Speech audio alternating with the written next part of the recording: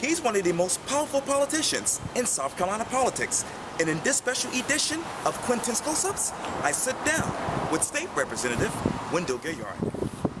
Well, you know, Wendell, the last time I saw you was at the resolution Project Coolbreeze ceremony. Yes. That was a couple of weeks ago. That's right. And the state paused and thanked you for your service, and we recognize you from the state level. Thank you. We actually introduced a resolution in your honor, and I'm here once again to say congratulations. You deserve it because you're a hard-working young man. We're proud of you. Now they know about you from the state level. Thank you. I really appreciate that. Yes. And you know, unfortunately, I had to start this particular interview with some developing news. As you know, on Friday night, there was a shooting at the, Bridgeview Village Apartments, which is better known as Bayside. The shooting left 19-year-old Denzel Jabba Cornell dead. And of course, there's so many rumors out there from, an officer-involved shooting to possible suicide. And I know that SLED is now taking over it. Yes. And I know you don't know too much about it, don't want to comment too much about it. But personally, when you heard about the devastating news, where were you emotionally? Well, definitely, we were just in the stages, as you well know, the day after. It was on that Sunday that I had planned our youth program, our youth forum, working with CAVE and people from Project Unity, Mr. Butch Kennedy. He's director of Project Unity. And we were to have our youth forum on that Sunday. And I was sort of taken back because of the fact that I feel, throughout the years, our message has always been that, unless we work together with our law enforcement, then and only then we can make a difference in our community. This old saying that you and I grew up on, we have to take a bite out of crime. Sure. Well, we have to, and we have to understand that, the law enforcement, our sworn officers, are there to protect and to serve. And I think once you understand that concept, you also come to the realization that, throughout the civil rights movement, we had big goals that we had to meet. And one of the achievements was that we put African Americans in strategic positions, even when it comes to our law enforcement agencies, not only in the state of South Carolina, but throughout the country. Now, through the years, I'm proud to say that we've had black police chiefs, even here in Charleston.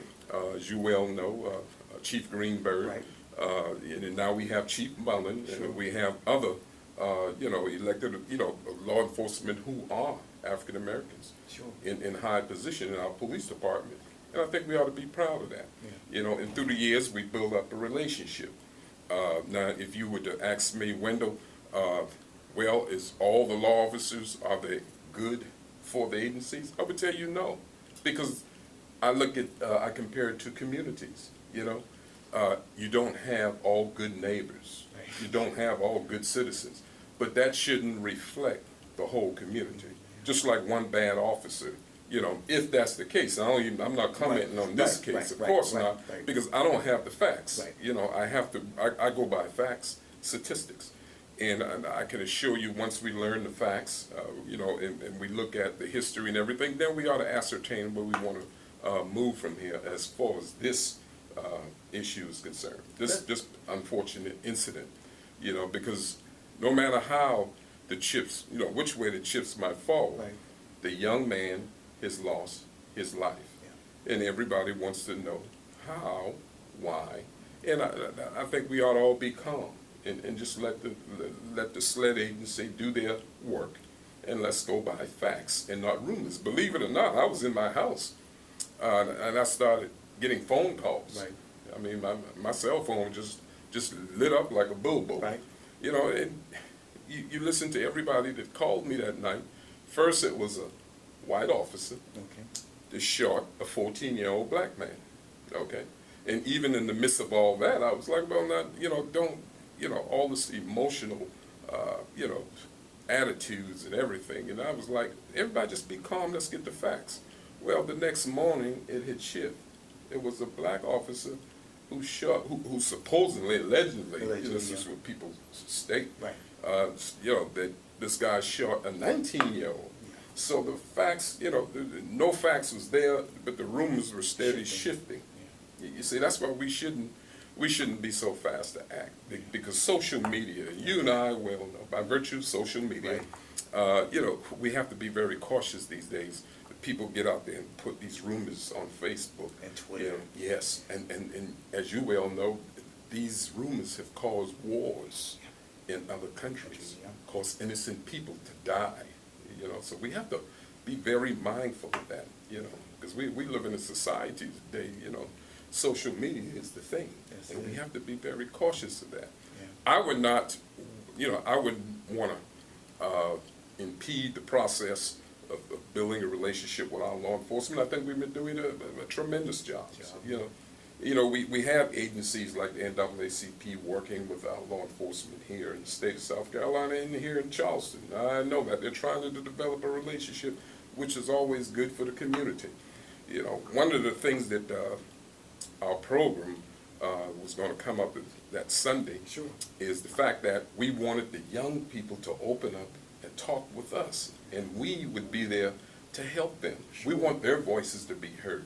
You know, I'm proud to say we had 260 some odd people came up, and about 40–50% of the crowd was youth, our youth. Both black and white, people of all creeds and cultures. So I was very proud of that.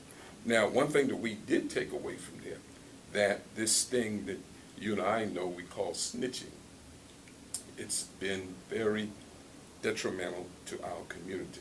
As to say, you better not snitch me out. You better not tell who's doing the drug dealing, who's doing the killings. You know, we really have to resolve that with our youth because it's been very detrimental to our communities. And it's sad to say, but, you know, we had the forum, we listened to our young people, and believe me, we are moving forward, and we're going to continue to move forward.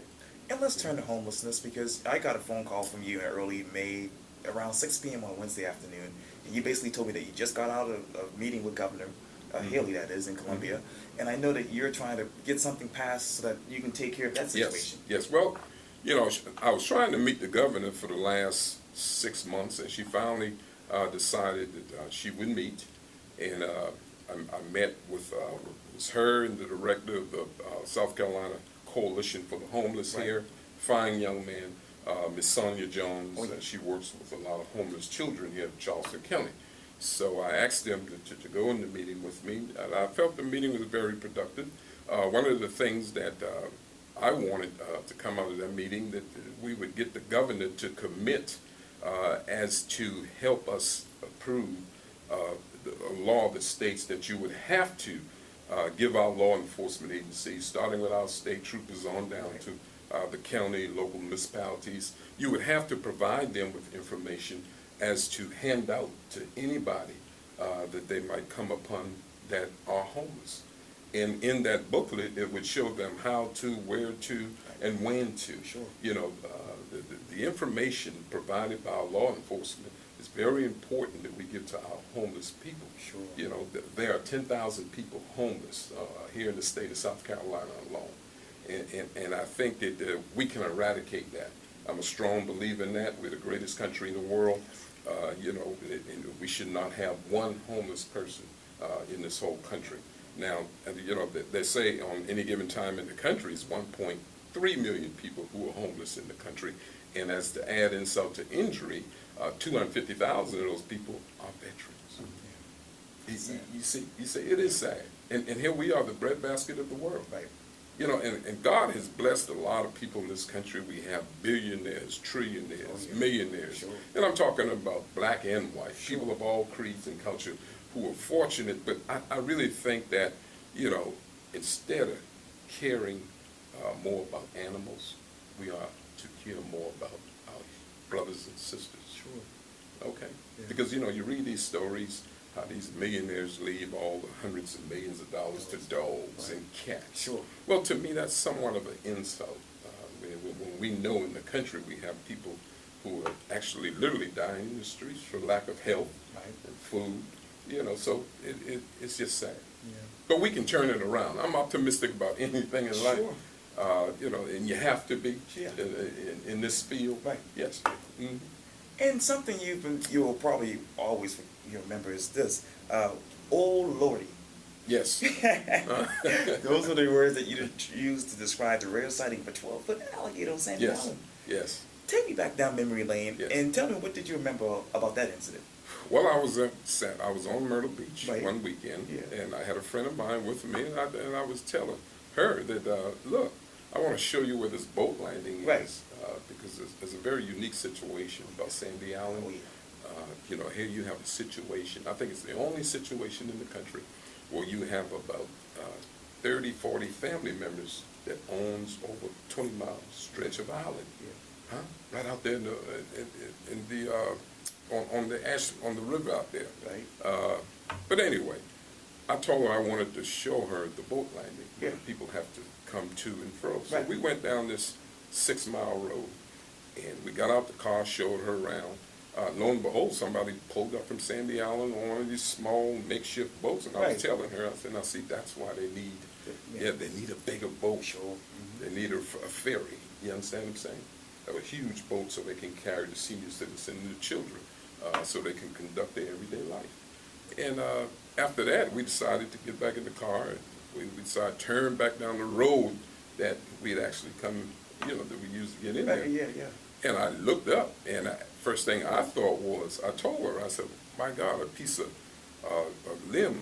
In the middle of the road. Yeah, in the middle of the road. So we're going to have to go around. Right. That's how long that limb was. Right. Well, by the time I finished that sentence, those limbs seemed to take legs, and it started moving. So I slowed down, and I looked at her. Yeah. I said, get the camera out, Right. get the camera out. Yeah. So she got the camera out. First, she when she took the camera out, she cut it on, she started snapping pictures.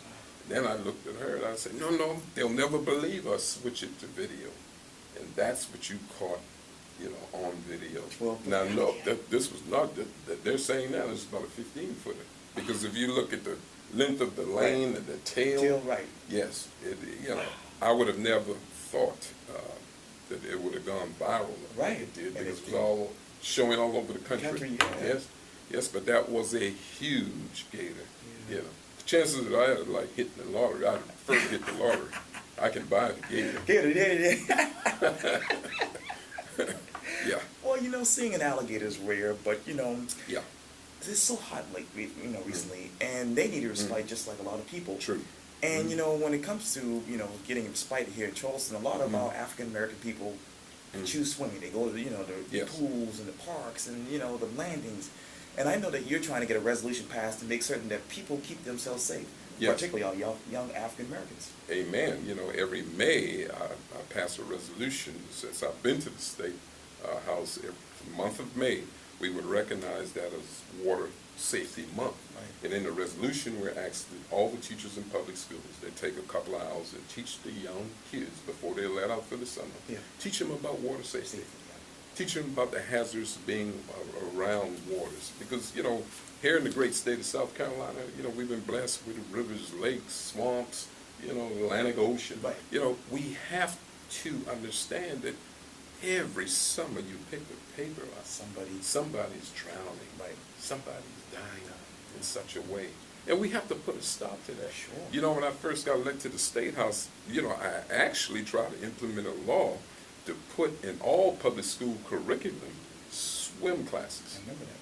You remember that? Yeah. And it failed in one of the committees. So I resort to, as a compromise, I said, well, I could get this passed better and still give them a jingle in the month of May. Sure. Let's have a resolution, teach them a couple hours about water safety before they're let go for the summer.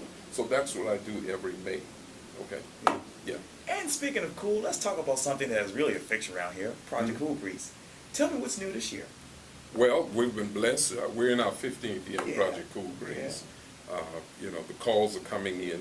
I'm very proud to say, because of the volunteers, the donations coming from everywhere throughout the Tri-County, because that's what we serve now throughout the Tri-County, that we've been very successful this year, and I'm very proud of that. I thank both mayors, Mayor Riley, Keith Summey, people like Boeing and all the other companies that's contributing to the Project Coolbreeze. And, we've been very blessed. I mean, I would have never fathomed, when I started this back in 1999, it was only to help a few senior citizens in my district. Right. And I would have never fathomed that here we are 15 years later, we're now serving seniors throughout the Tri-County. Yeah. Now, one of the major goals of Project Coolbreeze was to get public housing in the city of Charleston to do an upgrade, Right. okay? Because, you know, and I'm a product of public housing, Right. 69 Harris Harris Street, Street, yeah. east side, Yeah. you know that, Yeah. right? Well, back then, you know, those apartments, they predate the 40s, Ooh, yeah. okay? Since the days of Roosevelt, Yeah. okay? In those apartments, as small as they are, Right. you know, they only installed what we would call flow furnace, Right. and that was it. Yeah. You see, so when the hot, you know, summer months came, you know, you didn't have no prop cooling. Right. My mom and dad used to, you remember the dry ice in front of the fan? Right. That's how you put on. Yeah. That was our Coolbreeze. Everybody said, well, how you come up with that name, Wendell? When I was little, Mom used to always tell us in the hot summer months, you know, a bunch of kids playing in one room, she said, look, you need to keep still and God will send you a Coolbreeze. Yeah. So that's how I got the name, Project Coolbreeze. Okay? That's right. That's how the story goes. Yeah. That's right. Hey, let's rewind time to October 10th. You know, you were admitted to a local hospital that is for knee surgery. Yes. As we sit here right now, tell me, how is your health? Much better. I would encourage anybody out there who have a bad knee, left or right, you know, to go get it done. Yeah. It's 180 degrees as far as pain and Right. suffering. Everybody used to always say, when are you limping a lot? Yeah. Well, I don't limp anymore. Okay. I exercise more. I bet since after the surgery, Right. I probably lost about 15 pounds, as you can see.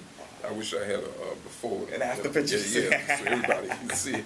But yeah, the surgeries are very successful.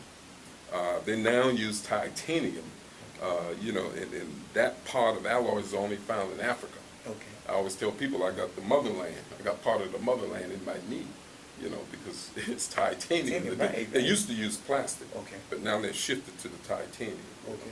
know, more endurance, much lighter. Sure. You know, and it, believe me, I encourage anybody to go do it. Okay. They need it, yeah, if you need it. And even before your health issue, obviously Marvin Kimson won, you know, the election that ultimately replaced Robert Ford. Yes. As we sit here right now, how do you think he's doing as senator? I always tell people I let the people be the judge of that. Okay. Because I have to be judged by my constituents. Sure. But and I'm glad you brought up Senator Ford name Oh, yes. because he's earned his place in history. Senator Ford is a great man. He's part of the civil rights movement. We're blessed to have him here in Charleston. He's made a lot of headways for African Americans. You know, and he's always trying to bridge that gap between blacks and whites and trying to mend bridges, and I've always admired that about him. And you can't take that away from him. He's a great leader. He is. When I got to the State House, he was showing me the ropes, okay? And everybody used to call him Sarge up there because he always, you know, he knew what he was doing. Yeah. Yes, and he's a great historian. Right. I mean, if you ever sat down and talked to him, he's very colorful, but he'll try to educate you along the way. He used to always call me Junior, Junior this, Junior that, you know. But God knows, you know, I will always respect him. He's earned that right, not only in Charleston, but in the state of South Carolina. Yeah. You know, he's made a lot of headways here in the state for many African Americans, and I'm very proud of that. You know the history of Robert Ford, Of course. and nobody can ever turn me otherwise. But you know, as far as Marvin Kimson, he started off good, Sure. and the people will be the judge of that. I know he was energetic and ready for it. You know, and I'm very proud that he got it. Yeah. And speaking of future, let's talk about yours. What's next for you? You know, just having, you know, I just was at the White House Right. 2 Congratulations. months ago. Well, let me tell you, I had planned to go up there to see my brother. Yeah. You know, he was somewhat ill. But while I was en route there, I called a friend of mine. He works for the president. And he called me and he said, well, Wendell, while you up here, come on and see me at the White House. Yeah. I said, yeah, I'll come on in and see you at the White House. Long story short, when I got to the White House, he said, look, I got you in the seat of vice president. You don't mind? I said, mind? No, I do. Said, Yeah, no of course, problem, no you know? problem, yeah. So I went on in there, and Biden came out, took me in the office, very grassroots, approachable gentleman. And I was always told that by State Representative David Mack. Sure. Met him a couple of times. Right. And I sat there with him, and I said, Mr. Vice President, I really came up here to see my brother. And he was like, "Oh yeah, who's your brother?" I explained to him that my brother was a Vietnam vet. Oh, good. And you know, and I explained to him some of his ill conditions. Sure. And he just looked at me and he said, "Well, call him on the phone." And I looked and I said, "Call him on the phone." Yeah. So I picked the phone up, Right. somewhat nervous. Yes, You know, yes. I said, "Oh Lord, this is gonna be a time he don't pick up." But I knew if he had heard the voice of the vice president, it would have made his day. Right. Okay, it would have made his day. And sure enough, he picked up, and I gave him the telephone, and he said, "Is this Maurice Gilliard?" Maurice said cautiously, "Yes." Yeah. "Who's this?" Right. "This is your vice president, Mr. Biden." Wow. And I mean, it just blew his mind, made his day. And believe me, I felt I was blessed to take the opportunity. After he hung up, we started going over issues here in the state of South Carolina. Sure. You know, somewhat, you know, from a state level. We talked about the deepening of the harbor. Oh, yeah. We talked about unions. You know, we talked about Medicaid. Sure. You know, and believe me, I was just supposed to have been in there about 15 minutes. Well, I was in there about 45 minutes. Wow. Yes. And he gave me a couple of items to take back home. You know, yeah, and I was very blessed. Yeah, it's good to hear. But, And let's talk about Maurice. How is he doing right now? much better. Okay. Much better. Yeah. And I think that, you know, when you have a brother who served in Vietnam, I don't have to tell you what those veterans went through, because this country had actually turned back on them for many years. But thank God we're now turning that around. Sure. So he's doing much better now, and I'm very proud of him. That is good Yes. to hear. Well, you know, Representative Wendell Gilliard, it's always good talking to you. Always good talking to you. Yes, sir. All right, I'm Yeah. very proud. And once again, congratulations on your Thank you. state resolution. Thank you. I really appreciate that.